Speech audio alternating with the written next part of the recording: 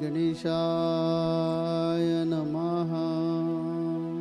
श्री सरस्वती नमः। श्री गुरुभ्यो नमः। जगद्गुरु नरेंद्राचार्य महाराज की जय। सद्गुरु काड सिद्धेश्वर महाराज की जय। संत शिरोमणि गजानन महाराज की जय। आद्य जगद्गुरु रामानंदाचार्य महाराज की जय। सियावर रामचंद्र की जय। गुरुर्ब्रह्मा गुरुर्विष्णु गुरुर्देवो महेश्वरा गुरुर्साक्षात् परब्रह्म तस्मै श्री गुरवे नमः। सार्थ श्रीमद दासबोध दशक 9वा समास 6वा गुणरूप निरूपण। श्रीराम आकाश जैसे निराकार तैसा ब्रह्माचा विचार तेथे वायूचा विकार तैसी मूळ माया। हे दासबोधी असे बोलले ज्ञानदशकी प्रांजळ केले मूळ मायेत दाखविले पंचभूतिक तेथे जाणीवतो सत्वगुण मध्य तो रजोगुण निणिवतमो गुण जाणीजे श्रोती। म्हणाल तेथे कैची जाणीव तरी ऐका याचा अभिप्राव।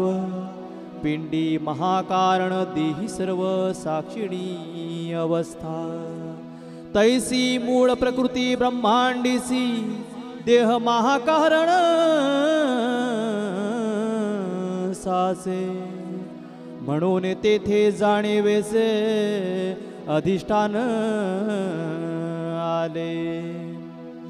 असो मूळ भाय भितरी गुप्त त्रिगुण वास करी स्पष्ट होते संधी चतुरी जाणावी गुण क्षोभिनी। पुंडलिक वरदे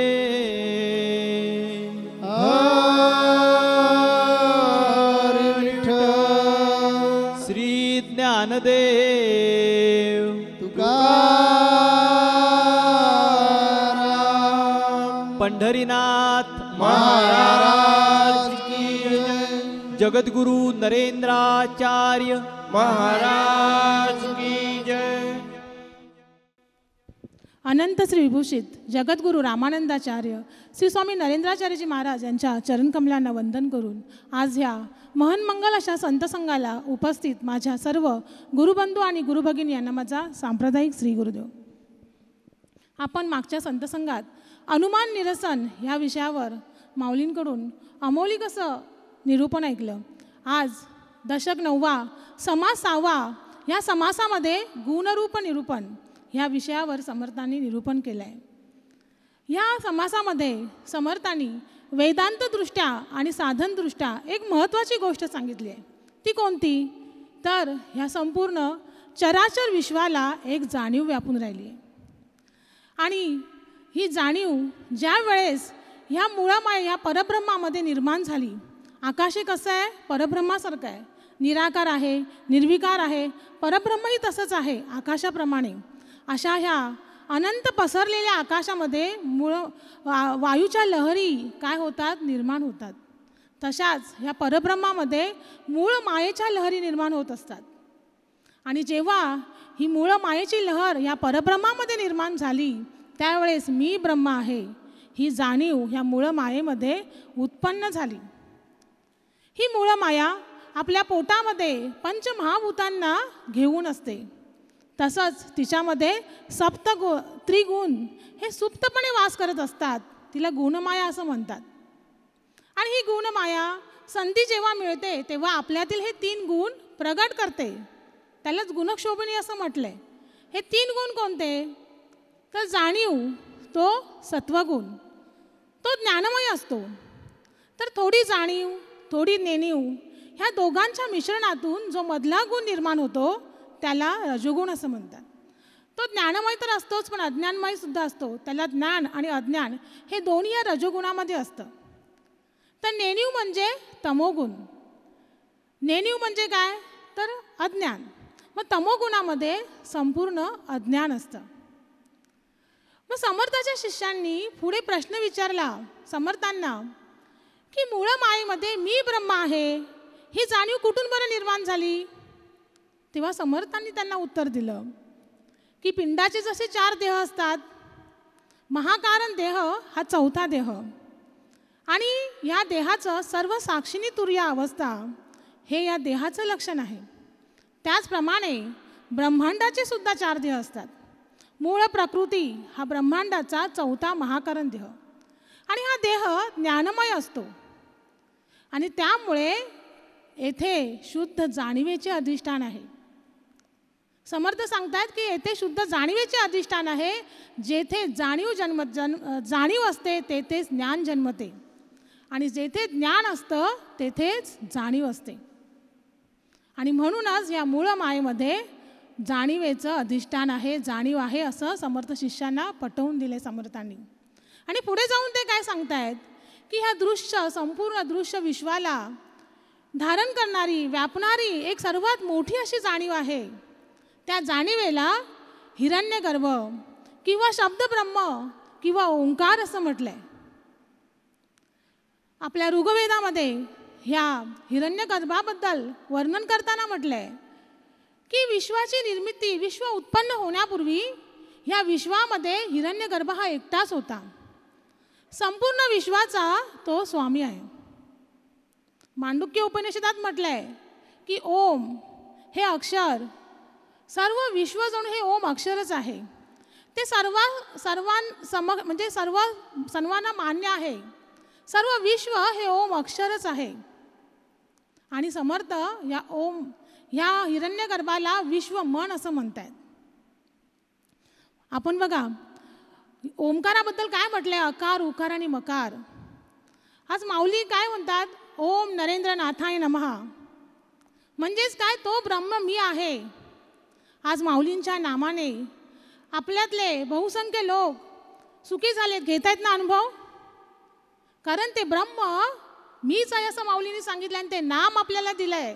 ह्या नामाने आज कोट्यावधी, लाखो नाही कोट्यावधी लोकांना त्याचा अनुभव येतोय. अशी ही जाणीव म्हणजे काय, सोप्या भाषेत सांगायचं तर काय, तो कॉन्शियसनेस, जिवंतपणातून, जाणीवेतून जिवंतपणा आणि जिवंतपणातून मन प्रगट होतं. म्हणून समर्थ पुढे सांगतायत की साधकाने काय करायचं आहे, आपल्या गुरु महाराजांच्या दिलेल्या नामाच्या साधनेने आपलं मन, आपली बुद्धी काय करायचं, सूक्ष्म करायचं आहे, शुद्ध करायची आहे आणि ह्या चराचर व्याप्त जाणीवेशी आपण काय व्हायचं आहे, एकरूप होऊन जायचं आहे. जेव्हा आपली जाणीव व्याप्त होईल, आपण एकरूप होऊ, तेव्हाच तर आपल्याला इतरांची सुखदुःख कळतील. आणि ज्ञानेश्वर माऊलींनी सुंदर वर्णन केले आहे जाणीव आणि नेणीवेचं हरिपाठामध्ये. ते काय म्हणतायत, जाणीव नेणीव भगवंत नाही, हरी उच्चारिणी पाही मोक्ष सदा. काय म्हटलंय त्यांनी की देव भगवंत हे पाहत नाही की माझा भक्त, माझा साधक तो माझं जाणीवपूर्वक भजन करतोय की नेणीवपूर्वक करतोय, तो माझं भजन किती, नामस्मरण किती सातत्याने करतोय, किती भावाने करतोय. मग भगवंत हेही पाहत नाही तो गरीब आहे का, श्रीमंत आहे का, तो कुलीन आहे का, अकुलीन आहे का, ती स्त्री आहे का, तो पुरुष आहे का. फक्त काय पाहिला जातो, भाव आणि किती सातत्याने तो माझं नाव घेतोय हे पाहिलं जातं. आणि त्यावरच त्या साधकाचा मोक्ष अवलंबून असतो. म्हणून माऊली नेहमी काय म्हणतात, देव भावाचा भुकेला गरीब श्रीमंत नाही त्याला, जैशी श्रद्धा तैसे त्याला फळ त्याचे मिळत असे. माऊलीने आपल्याला हेही सांगितलंय, तुम्ही मला भक्ती द्या, मी तुम्हाला स्थैर्य देईन. पण भक्ती कशी करायला सांगितली आहे, 10 मिनिटं करायची आहे, पण अंतर्मन आणि बहिर्मन एकाग्र करून करायची आहे. आपण ती भक्ती तनाने मनाने एकरूप झालं पाहिजे, फक्त माऊलीमय झालं पाहिजे. आणि जी पथ्य माऊलींनी सांगितली आहे ती जर पालन केली, तुम्ही जगा दुसऱ्याला जगवा, स्वप्नात देखील कोणाचं वाईट चिंतायचं नाही आहे, त्याच वेळेस आपल्याला त्या नामाची अनुभूती येते. मग अशी ही जाणीव, ह्या जाणीवेशी एकरूप व्हायचं असेल तर आपल्याला काय केलं पाहिजे? जे संत, जे आत्मज्ञानी संत ह्या जाणीवेशी एकरूप झालेत, त्या आत्मज्ञानी संतांच्या सहवासात गेलं पाहिजे. कारण बघा, सचेतन वस्तूंमध्ये जाणीव असतेच, जिवंतपणा असतो, आपल्याला सगळ्यांना माहिती आहे. कारण उपाधीचं माध्यम बदललं तर जाणीवेची अभिव्यक्ती बदलते. म्हणजेच काय, तर स्त्रियांमध्ये वात्सल्य असतं, परंतु ह्या स्त्रियांमधलं वात्सल्य आपल्याला दिसतं, परंतु गाय, कुत्रा, मांजर ह्यांच्यातलं वात्सल्य पण असतं, पण त्यांचं माध्यम वेगळं, अभिव्यक्ती वेगळी. भूक लागते आपल्याला, भुकेची जाणीव सगळ्यांमध्ये सारखी असते, परंतु प्रत्येक प्राण्याची शरीरं, त्यांची उपलब्ध सामग्री, भौगोलिक परिस्थिती यावर ती जाणीव व्यक्त होत असते. जर गाईला आपण 2 पेंडी चारा घातला तर तिची भूक थांबते, पण हत्तीला 2 पेंडी चारा घालून भूक थांबेल का? नाही थांबणार. मग ही जाणीव आपण कशाने केली पाहिजे? आपण भक्तीने, भावाने, नामाने केली पाहिजे. जसं जनाबाईंनी केलं. त्यांनी काय केलं? इतकं नाव घेतलं परमेश्वराचं की त्या गौरीमध्ये सुद्धा विठ्ठल विठ्ठल नाव निर्माण झालं परमेश्वराचं. भगवंतमय झाल्या होत्या जनाई, त्यांचं घर जणू मंदिर झालं होतं. आणि शेवटी ह्या त्यांच्या नामस्मरण भक्तीवर प्रसन्न होऊन परमेश्वर त्यांच्या गळ्यामध्ये मुक्तिहार घालून गेला. हे आपल्याला सगळ्यांना माहिती आहे. मग अशी ही जाणीव सजीवांमध्ये आहे, मग निर्जीवांमध्ये सुद्धा असते ना, हे आपल्याला माहीत नाही आहे. सजीवांमध्ये आहे कारण ती जिवंतपणा आहे म्हणून आपल्याला कळते, पण निर्जीवांमध्ये सुद्धा जाणीव आहे. हा वेदांचा सिद्धांत आहे आणि संतांचा अनुभव आहे. हा अनुभव संतांनी घेतला आहे. मग तो कसा घेतला आहे तो आपण एका दृष्टांतावरून पाहूया. दादा महाराज देशपांडे हे पुण्याचे संत, आता हयात नाही आहे ते. त्यांचं दर एकादशीला वामनराज नावाचं मासिक निघतं. त्या मासिकामध्ये मी हा अनुभव वाचला होता. हा अनुभव असा आहे, एकदा दादा महाराज देशपांडे हे गुळवणी स्वामी आणि टेंबे स्वामींचे शिष्य, एकदा ते आपल्या शिष्यांसमवेत एका सभागृहात बसले होते. शिष्यांशी चर्चा करत होते अध्यात्माची. आणि तेव्हा त्यांना कण्याचा, म्हणजे आजारी असल्यावर आपल्याला बघा कसं कणतो आपण, त्या कण्याचा आवाज येऊ लागतो. कुठून आवाज येतोय, काय आवाज कसा येतोय, ते मागोवा घेऊ लागले. म्हणून त्यांनी शिष्यांना विचारलं, कुठून बरं आवाज येतोय? तुमच्यापैकी कोणाला बरं नाही आहे का? कोणाचं काही दुखतंय का?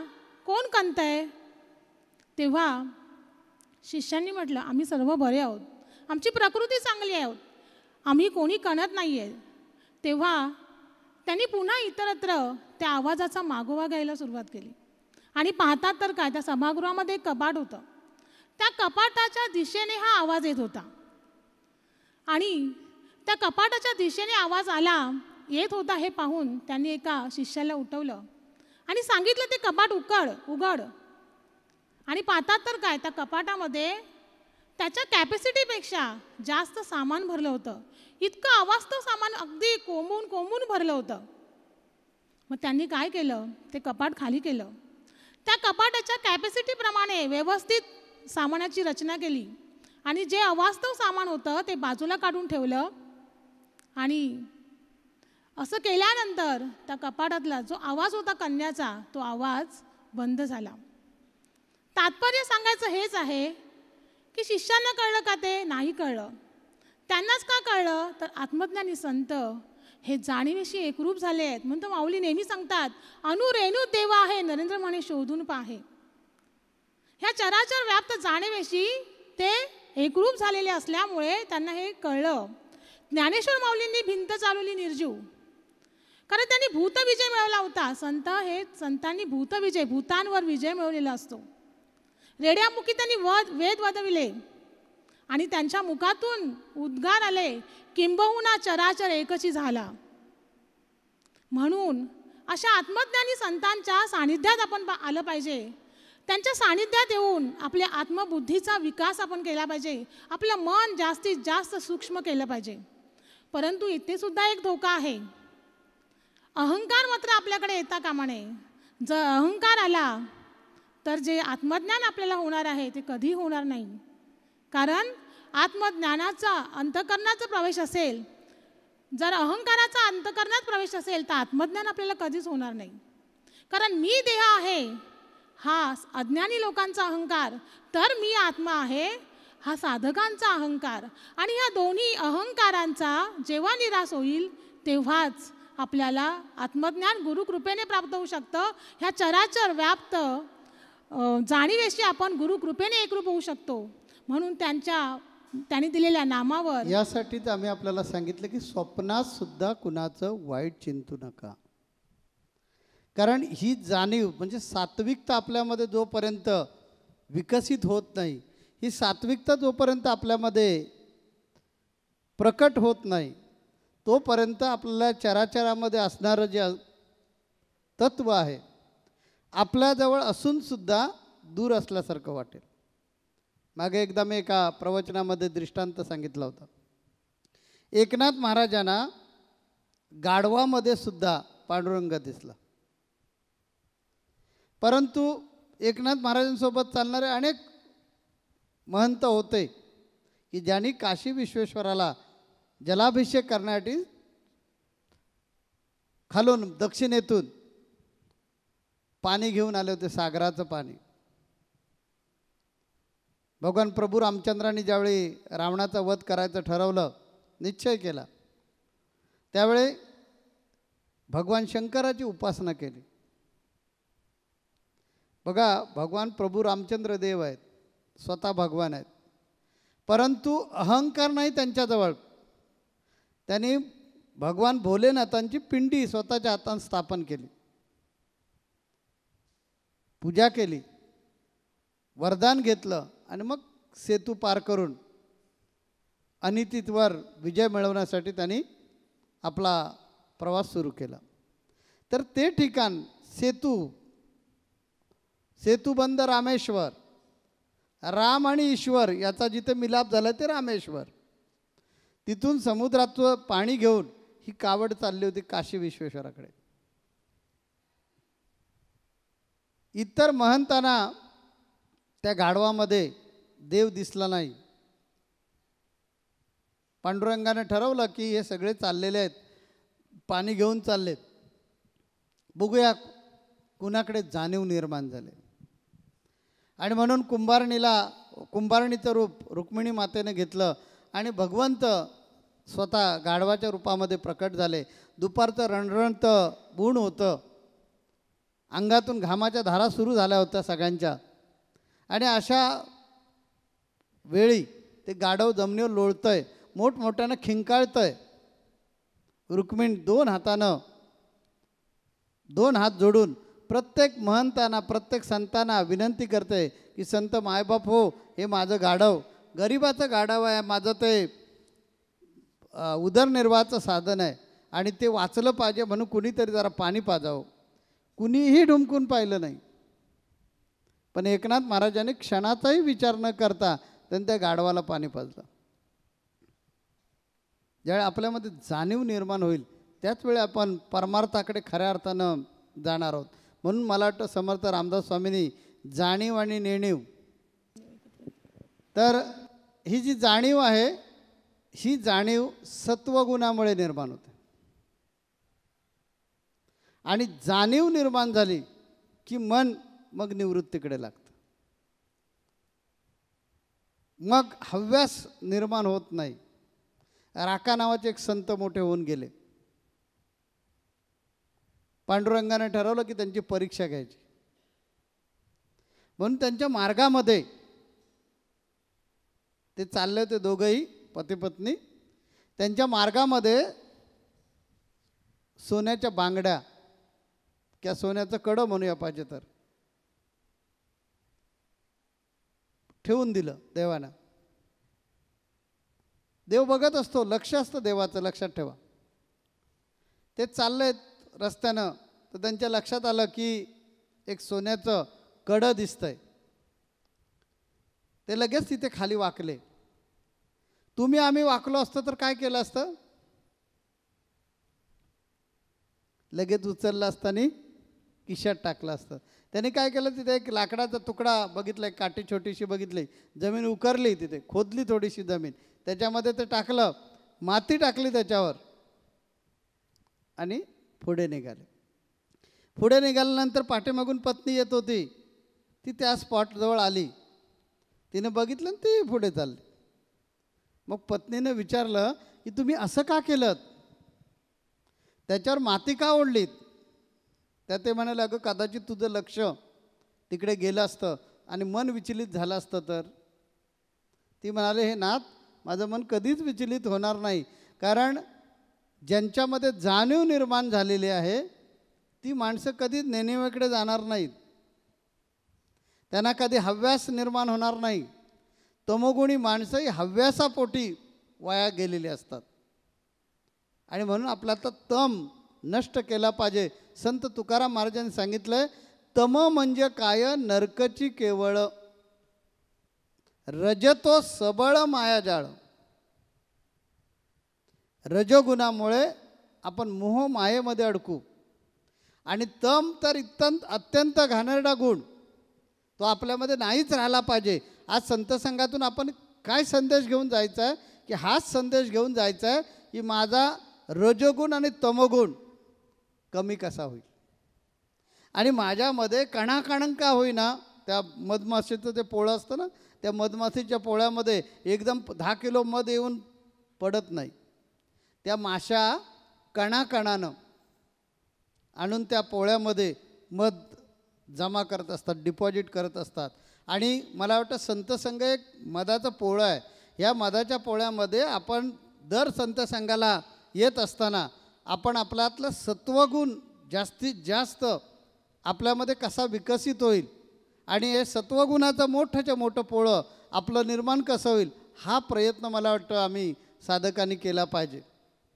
यासाठी संत संघाला आलं पाहिजे. संत संघ म्हणजे एक राणी माशी आहे, तसं सद्गुरू आहे. सद्गुरूंसाठी, सद्गुरूंनी सांगितले म्हणून, सद्गुरूंचे आहोत म्हणून आपण काय केलं पाहिजे, त्यांच्या वाणीचं, त्यांच्या शिकवणीची अंमलबजावणी केली पाहिजे. त्या मधमाशा ज्या असतात, ह्या मधमाशा नेहमी त्या राणी माशीसाठी मध आणत असतात. तसं आपण साधकांनी आपल्या गुरूंसाठी, कारण गुरूंनी सांगितलं आहे, स्वप्नात सुद्धा कुणाचं वाईट चिंतू नकोस. मग आपल्यामध्ये रजोगुण उपाळून येत असेल, तमोगुण उपाळून येत असेल तर आपण आपल्या मनाला सांगितलं पाहिजे, आजपासून माझ्यातला रजोगुण तमोगुण गेला पाहिजे. का? माझ्या गुरूंसाठी गेला पाहिजे.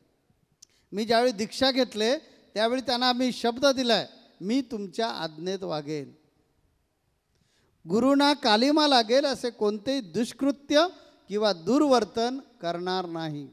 आणि म्हणून माझी जबाबदारी येते की मी माझ्यातले रजोगुण, माझ्यातला तमोगुण घालवणार आणि मी माझ्यातला सत्वगुण वाढवणार. म्हणजे मी आपोआपच जाणीवेकडे जाणार. आणि तुम्ही ज्यावेळी जाणीवेकडे जाता तिथे देव हजर असतोच म्हणून समजा. माझ्या उदाहरणातून शिका. बाकीच्या साधू संतांची अनेक उदाहरणं देता येतील, परंतु ती तुम्हाला ऐकीव उदाहरणं होतील. परंतु प्रत्यक्ष जाणलंय, अनुभवलंय, हे माझंच उदाहरण तुम्ही घेऊ शकता की आमच्या मनामध्ये जी जी इच्छा येते ती इच्छा पूर्ण करण्यासाठी गजानन महाराज तत्पर असतात. मग आमच्या मनामध्ये आलं की मला रस्त्यावर ॲम्ब्युलन्स ठेवायचे आहेत,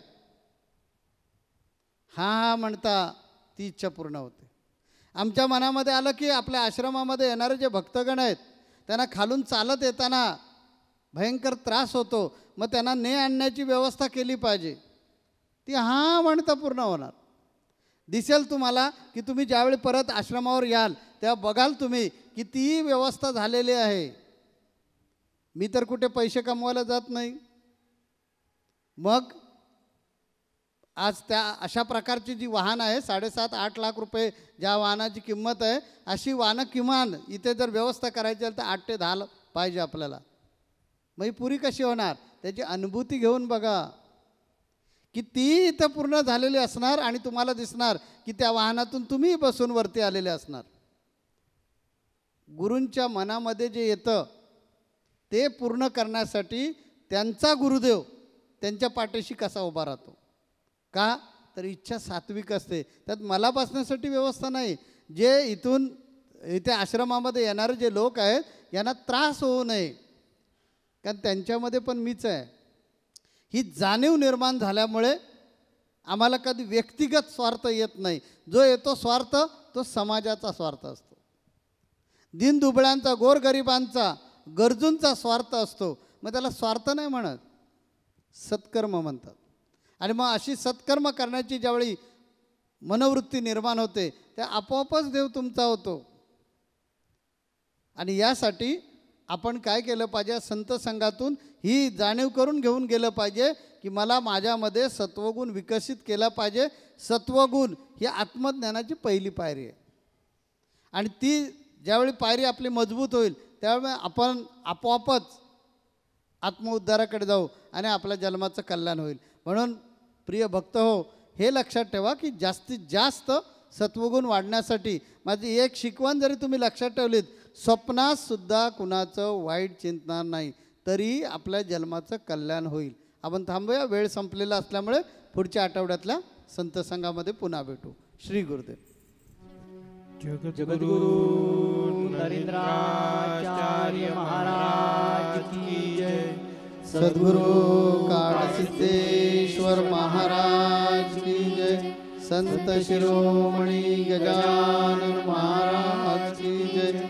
आद्य जगद्गुरु रामानंदाचार्य महाराज की जय. सिया वल्लभ रामचंद्र की जय.